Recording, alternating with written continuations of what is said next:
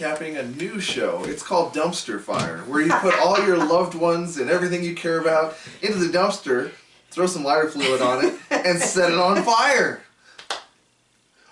He told me he wanted to do our new opening. So this is Season 4, Episode 1, Love Can't Wait, of the 90 Day Fiance Before the 90 Days. This just makes me sad. It's a very sad show. Do any of these people ever work out? Because so far this seems various degrees of like red flag, from like 100 to 1,000,000.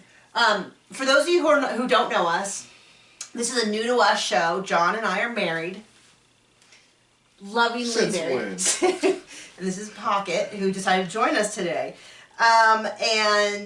We have never watched this show. We've never watched 90 Day Fiance. We've never seen before the 90 days. We've never seen after the 90 days. But enough people who watch our sister wives recaps were like, do 90 days. So we are coming to you as non-experts. So gladly in the comments educate us on anything that we don't know about the show.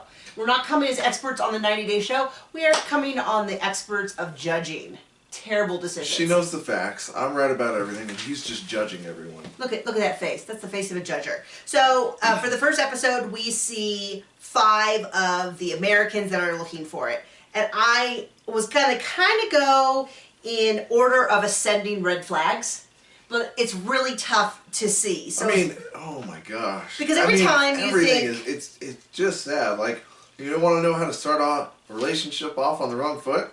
Be dishonest. Yeah. You know, I once went out on a date with a girl. Don't tell the story. She showed up with 3 extra chins, and here's the deal. Like, I can see, I ain't blind, and if you're lying about your looks, which I can clearly see you've lied about, you're lying about everything, as far as I'm concerned. And you said it wasn't even a picture of her. It couldn't have been. Maybe a distant cousin or something. Maybe. So anyway, both of us, in case, well, I don't think you would know this, but we met on eHarmony through online dating. I did quite a bit of online dating and terrible car crashes. You were my second date. I was the second date. And we went on one date, we went on a second date, and then we've been together almost every day since. Pretty much. Pretty much. So, yeah, you shouldn't lie about your parents for any reason. We know people of all shapes and sizes who found amazing spouses through online dating.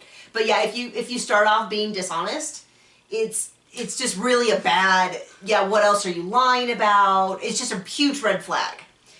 In the sea of red flags that I didn't even know existed until I watched this show. Oh, man. Man, it's bad. So, the couple that scares me the least, I'm going to go with Geoffrey and Varya. We can see they break up next week, but... Yeah, we see it's kind of a mess. So that I think for me, they're the ones who are setting off the least amount of alarm bells, because she's at least somewhere near his age. She seems real. She seems like a real person. There's a variety of pictures of her. His kids are concerned. But there was like, right at the end, they were like, have you told her about your past? And he's like, I don't like to talk about the past. And I'm like, what? You know, so he did recently lose a son, which is... That's terrible. Devastating. And I can't imagine how that is affecting him. His son was a year old. In a month, yeah. In a month. I mean, or at least that's when the sickness came on, and then he passed away within a couple weeks. And it's just, I can't even, I'm going to cry if I talk about it much longer. So she's a radio personality. They met through a dating site, which I think they're the only ones who actually met through a dating site, which I don't know any statistics, but seems like at least a little bit more legitimate. At least that's better than Instagram. Sliding into people's DMs or like being like, oh, they're hot. And it's just all of that kind of scares me, but you may be more of an expert. So there seems to be some, and they say he's really impulsive. He goes and sees his friends, and the friend Mary is like, why aren't you dating me? And the other friend's like, yeah, I kind of always thought you two would end up together. And he's like, well, you know, we tried, and it didn't work. And Mary's like, in her confessional, it's kind of like, well, we talked about trying, but we never actually tried. So I'm a little curious about that. He gets Olga, who is awesome, some Russian friend he has, and she's like, smart women lure in men. And he's like, how do you know this? And she's like, Once I was in Russia with my son and came to America for a better life, and I'm like, I want Olga's story. Olga's like 1,000 times more. Yeah, but she's like, did she start off in a village? Is she now in a city? She's going to come here, she's going to be like, stupid mountain, I hate it here. And I'm like, man, Olga. So, I can tell already the family and friends are like the only people in the show you can root for. Because you're like, go! So that's Geoffrey and Varya. And then I think the second less concerning is Lisa and Usben. It's concerning because she's 51 and she is not a Claudia Schiffer, Heather Locklear 51. You know what I mean? Like where you go, dang, they are so amazing. She is, she's not unattractive, but she's not where I would think young 30-year-old guys that are hip-hop stars would be going after. So that's a little concerning. But she does seem like she's an adult woman who, she might be a little delusional, but she doesn't have that wounded bird about her that so many of these people do. Like I said, Geoffrey in the last one, he seems like he's always on the verge of tears for very legitimate reasons. Losing a child, you can cry anytime you want, and I'm going to have no judgment whatsoever. But so Lisa at least seems like a woman who can take care of herself. We'll see, because you set that against this guy. These people are just setting themselves up for disappointment. So as near as I can remember, he hit on her on Instagram. Is that one? Is that one of the ones? That's. He's from Nigeria. Nigerians seem to be culturally very active on social media. I'm on Twitter. I'm not on Twitter right now because I'm cutting back on social media so I can have more time to work. In the median age, like 17. Something like that, but of the country. When I have like hundreds and hundreds and thousands of Twitter followers from Nigeria, and they seem to be incredibly active. And that's just, some countries. So and the guy's like 30-something. So he's 30-something. So he's lived that long. I mean, he's probably. That's not how median ages work. Yeah, but they. So let's just stay away from. I don't know where you're going with this. I mean, he's like an elder. Like people are gonna look up to him no matter what he does. No, John. You don't know. You don't know anything about Nigeria, so let's stop guessing. Let's get back to this. They've been sexting and sex chatting, which was more than I needed to know about anyone. She said how he's like this celebrity, has 23,000 followers. That is a lot, and maybe if they're all Nigerian, that might be it's a much larger part of the population than it is here. So I went up and looked up some of my friends that are professional archers. So, sorry, I love archery, but we're not exactly like professional football players. And a lot of them had like 23,000 followers, and I wouldn't consider them celebrities. They're the kind of people that when you say, oh, they're an Olympic archer who went to the Olympics, you'd be like, oh, that's really cool. What do they do for a living? But you wouldn't be like, who's that man on the street? Give his autograph. That is the next question. Okay, anyway, so they're already talking about how this is the worst plan I've ever heard in my life, which is that since he's told her that he's always done safe sex, she decided that when she gets there, they're going to have no condom sex, and that's going to just blow his mind. And it just seems like, of all the terrible plans I've ever heard, that seems pretty high up in the list of terrible plans. And the preview shows him saying he wants to be the #1 hip-hop star in U.S., and you go, oh, that's such a bad sign. And he's really auto-tuned. Assuming I understand what auto-tune is, it sure sounds like he's auto-tuned. Okay. I think that's a thing now. So, moving up, the next biggest, I'm going to go with Ed and Rose, because there's a lot of red flags, but right now they're only hinting at, so Ed and Rose, Ed is a photographer. He's very insecure about his appearance, and I'm not going to make any comments about his appearance. I think there's what do you say? Lid for every pot. There's a person for every person. My big concern is Here's the deal. You start off lying about your appearance, and it's going to go like it's going to go for you. 3 inches. But first of all, he found her saw that she was real pretty and friended her and started flirting with her. Their interactions, did you see the interaction that they had over video? Was like every red flag in the book started going up. I didn't really understand. He's like, are you looking forward to seeing me? Oh, I don't know. What? We saw the text messages. It's all over the place. the fact that she is so much younger than his daughter, even. But I'm going to say this about age gaps in relationships. There's a lot of legitimate age gaps. One of my best friends has like a 25-year age gap. The difference is they worked at the same place, they have a lot of shared interests, they've met in person, and kind of slowly had a relationship. She was also 30 when she met him. Okay, so this is not... So when I see a much, much, much, much older guy going for a girl who is barely legal...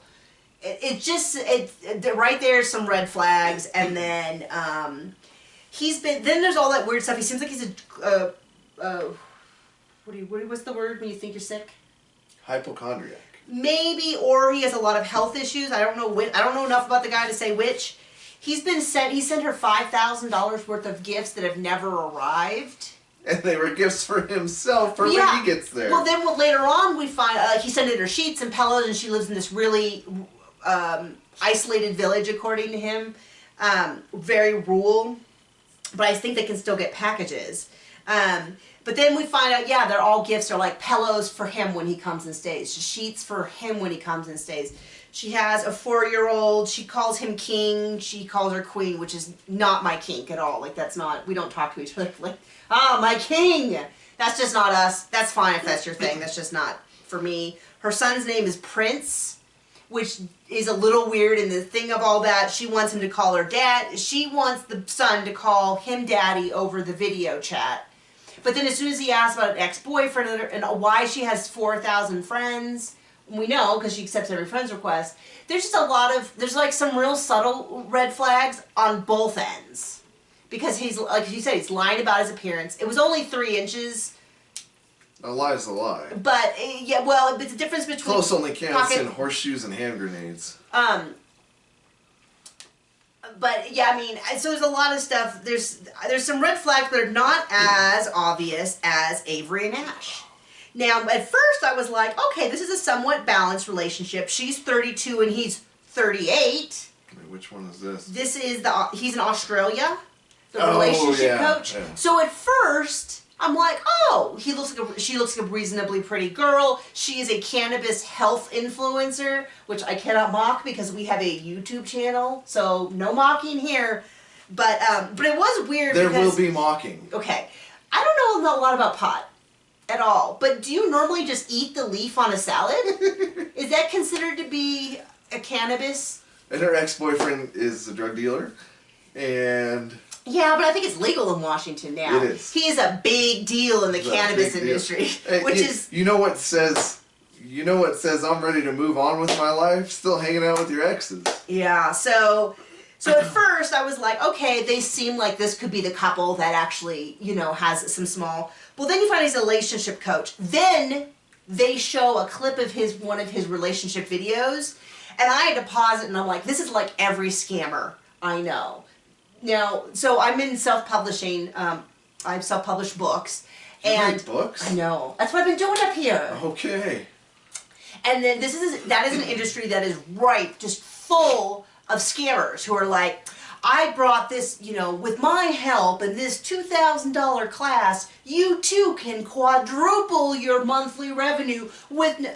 You only have to pay 6 times what you're going to bring in. Yeah. It's all for 5 payments of $500. So the second his video came on, to me, and I am no expert on relationship coaches, this guy oozed every gross, disgusting scammer vibe that I had. The way he talked, all that. And she is at least up on it to know he's a relationship coach. Is he just telling me what I want to hear? And the answer to that is almost surely yes. He got hacked, which just meant that somebody hacked his, an Instagram, and took down all the pictures of her. Now, there is one kind of hacking I would believe, which is the girl that he's currently living with did it. Or his son, you know what I mean? Like his assistant that he's sleeping with, or that. So I would believe that hacking thing if it is about... If by that he means, my girlfriend did that. Yeah.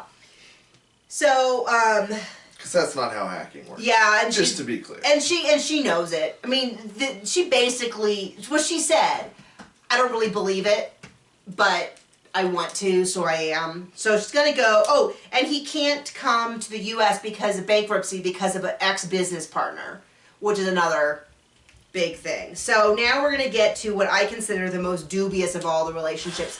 But at least the one, I almost wonder if the directors were like, "What if you went with your mother to check on this guy?" Because there's so many red flags. I'm worried she's gonna get killed. This dude doesn't know where the airport is. We're not even there yet. So she lost 150 pounds. This is just really. But she's gonna have her daughter with her at least.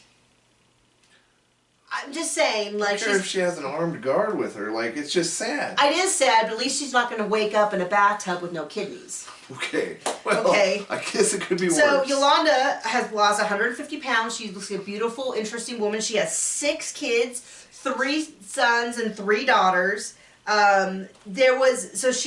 Dwayne. There was not a lot of information about what happened to her husband. She made a reference right off the top about him getting sick, but then later on we find out that he was in jail for 6 years and he wouldn't let her see him. And then we don't really know how or why he passed away. But he did. But he's passed away 4 years ago. He's no longer living. She has kids, 17 to 29. They seem like a very close family. She seems like a lovely woman.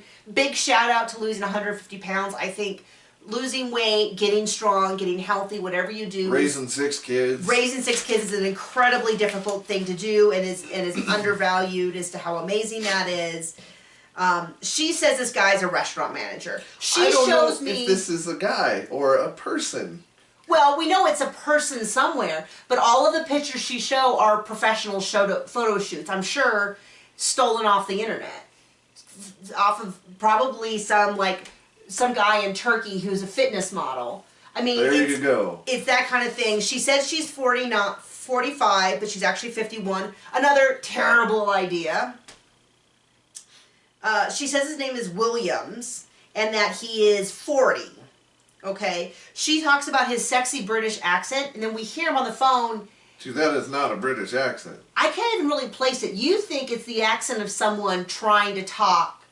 Just trying to hide their real voice. Yeah. Because every once in a while we'd catch the edge of something that I was like, does that sound like a South African? Does that sound like a Russian? Like, I was trying to figure out because it sounded almost like what we would consider a neutral American accent. But every once in a while there was this hint of something, but it did not sound, it didn't even sound like a bad, like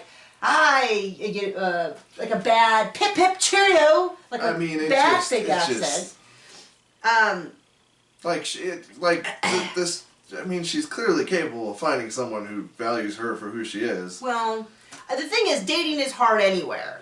I know. Dating a fake person is really tough. So her oldest daughter, Kara, this is where I'm like, maybe the directors were like, Kara, don't you think your mom needs someone to go with her? You know, like, don't you really think that? Because she has an online business with her oldest.